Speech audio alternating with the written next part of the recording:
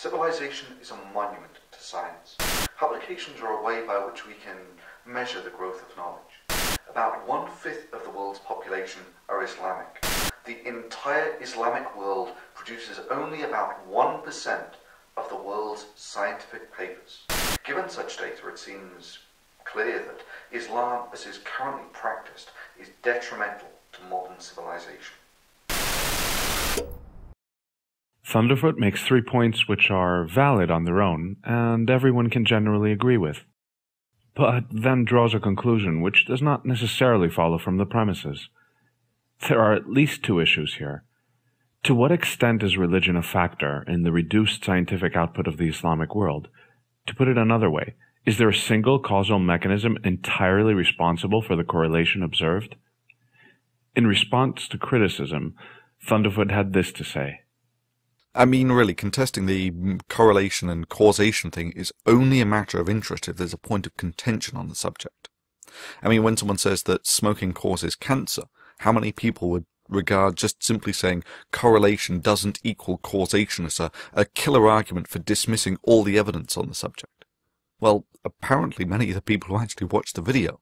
I mean, why would such people bother sullying their minds with actually reading the article where it's explicitly spelt out that such places have cultural problems with science, which directly leads to their underperformance? But hold on a second. The causal relationship between smoking and lung cancer has been established by mountains of evidence, obtained in the laboratory. How is this the same with the qualitative assessment made in the IOP article? Besides, the article only mentions Muslim culture as one of the factors, and not even the most important one.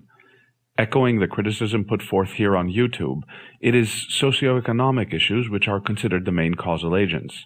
With this in mind, to claim that Islam is the reason for lack of scientific output, and therefore a threat to civilization, seems a bit of a stretch to me. More importantly, I simply do not see how fewer, not zero, fewer scientific publications constitute a threat to civilization. It is a logical leap, for which no mechanism or explanation is given. It's stated as if it is common knowledge that everyone knows. But enough about this. Plenty of users have made video responses addressing the logical fallacies, in my mind adequately. The bottom line is that this argument simply does not hold up to the sort of scrutiny that we scientific naturalists like to apply. What I want to focus on is the statistic that Thunderf00t relies on to give scientific credibility to his argument. The claim he makes that Muslims, who constitute about 20% of the world's population, produce only 1% of the world's scientific output. But to be clear, I'm not disputing that Muslim countries lag in scientific research performance.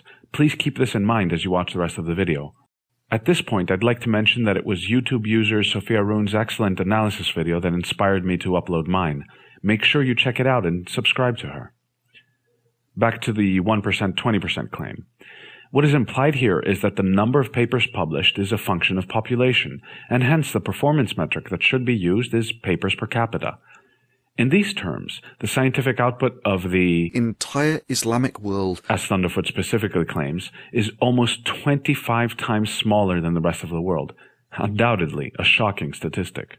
Except that not only is it based on incorrect data, but it's also a misleading way of measuring scientific performance, as we shall see later on in the video. You don't even have to look into the IOP article that Thunderf00t sourced to understand that there is something very wrong about the 1% 20% claim. A tiny amount of critical thinking and a quick Google search on the 2 highest performing Muslim countries, namely Iran and Turkey, will suffice. As it turns out, Turkey's share is about 1.6% and Iran's is 1%, yielding a total of 2.6% of the world's papers. So if only 2 Muslim countries account for 2.6%, you immediately know that Thunderf00t's claim is bunk. The other explanation is that it's based on older data which has dramatically changed in only a few years, in which case it's simply outdated. After all, Iran and Turkey have shown extraordinary increases in scientific output in recent years. But as I found out, back in 2005, Iran and Turkey were producing 1.6% of the total. A lot lower, but still higher than the 1% figure claimed for the entire Muslim world. Of course, it is still possible that Thunderf00t's claim is based on even older data. By the way, the other fact that Thunderf00t mentions seems to be correct. The report by the Statistical, Economic, and Social Research and Training Center for Islamic Countries shows that OIC Arab countries did indeed have a smaller research footprint than Harvard back in 2005. Armed with this knowledge, let's have a look at what went wrong by examining what the IOP article really says. The wording is ambiguous, and I can see how someone can misinterpret what is actually stated. The author of the article, Al-Khalili, mentions data from UNESCO, but without a detailed reference to the report, that specifically pertains to 20 representative OIC countries. The next sentence begins with Muslim countries, and it is not clear whether the data set is the same as before, i.e. the same 20 representative OIC countries. Hence the confusion about the 1% claim that comes right after that. However, given the fact that Iran and Turkey together produce 2.6% of the world's scientific output, my guess is that either Al-Khalili is referring to the 20 representative OIC countries, or he's referring to much older data. To figure out what he actually meant, we would need to look into the UNESCO report that he refers to. Unfortunately, without a bibliographic reference, I am unsure which report it is. I found this one, published in 2009, and which is relevant. I found no mention of the 1% statistic, so it is probably not the report mentioned in the IOP article. However, it does give a figure for the total scientific output of all OIC countries.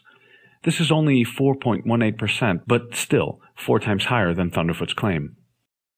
My other issue with Thunderfoot's claim is that it is a misleading way of measuring scientific output. Consider the example of China. With a population of about 1.3 billion, which is 19% of the world, in the period between 2003 and 2007, it produced 7% of the world's scientific publications. In terms of publications per capita, while this is better than that of the Muslim countries, it is clearly much lower than the rest of the world. But China is generally not considered to be underperforming. The results of my analysis should shed some light on why this is, so keep watching. How I did my analysis. I wanted to do some very basic analysis of scientific output to see for myself if there is any truth to what Thunderfoot was claiming. In particular, I wanted to explore whether the fact that most Muslim countries are poor had anything to do with reduced scientific output. This, by the way, was the most common point mentioned by critics. Here's my data set. I looked at 207 countries with a total population of 6.85 billion, of which 1.8 billion are Muslim. For each of the countries, I had populations, percentage of Muslims in each country, the GDP of each country, as well as the number of papers published. My first instinct was to display the data in a way that accounts for both population and GDP. The result is this graph, showing papers per capita versus GDP per capita. Note that the scales are both log. The colors of the round markers indicate the percentage of Muslims living in those countries. 100% green means 100% Muslim. The size of the markers gives the GDP of each country. The next graph is far more telling.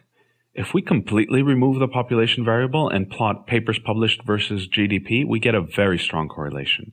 Clearly, it's not so much the size of the population which influences scientific output, but rather the total GDP. Indeed, the relationship between papers published and GDP has been well documented in the relevant literature. It therefore makes sense to ignore the population variable and instead use papers per dollar of GDP as a metric when comparing the performance of different countries.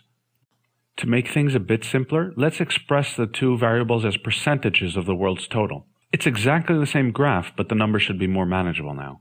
What we need is a baseline against which we can compare the performance of each country and determine whether it is leading or lagging in scientific output.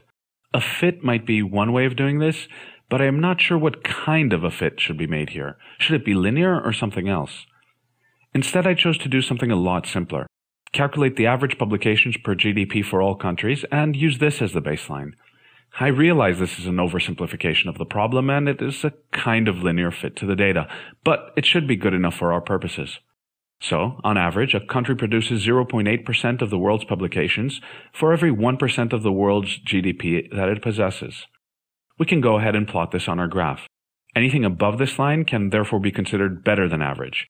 It should now be clear that China is doing well, despite having a relatively low per capita output. While there seem to be many Muslim countries below average, there are notable exceptions like Iran, Turkey, Jordan, Malaysia, and others. Also interesting is the fact that some of the richest Muslim countries, as measured by GDP per capita, are unexpectedly behind some of the poorer ones. It is interesting that these are also the countries whose economies are almost entirely focused on producing one commodity, oil. Another way of looking at this data is via a histogram of our metric. This is what it looks like for the entire world. For comparison, we can plot the histogram corresponding only to Muslim countries, shown here in green. On top of this, we can stack the component due to non-Muslim countries. The average for Muslim nations is 0.57% of the world's publications for every 1% of the world's GDP they own, compared to 0.87% for non-Muslim nations.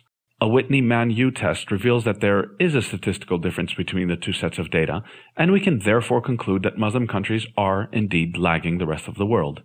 Now, since all Muslim countries are normally considered to be part of the developing world, it would be interesting to only compare them to the rest of the developing nations.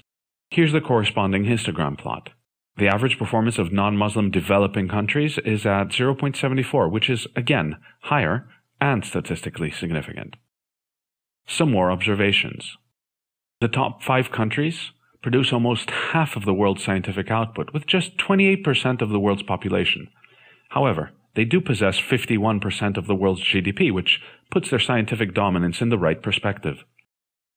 I should point out that I've chosen to define Muslim countries as those that have a majority Muslim population, not those that are members of the OIC. There is a slight difference, however, in practice, the results obtained either way are almost the same, so consider the terms Muslim and OIC countries interchangeable. I found that Muslim countries produce 4.3% of the world's papers with 21% of the world's population and 7% of the world's GDP. The 4.3% figure is very close to that from the report I referred to earlier in the video, and that was using a different database that I'm using. They were using the Web of Science. The fact that these two numbers agree gives me confidence in my analysis. It means that we're in the right ballpark. Now compare this to Thunderf00t's extraordinary 1% 20% claim. Not quite as sensational, is it? Muslim countries are indeed behind the rest of the world in scientific production, but not nearly as much as Thunderf00t's misleading and outright false statistic would imply. I do not dispute that Islam may be one of several factors leading to reduced scientific production. But the claim that it is the kiss of death to the very wellspring which made modern civilization flourish is simply unsupported by the facts. If you disagree with my interpretation or analysis, please let me know in the comments. Criticism is most welcome. Thanks for watching.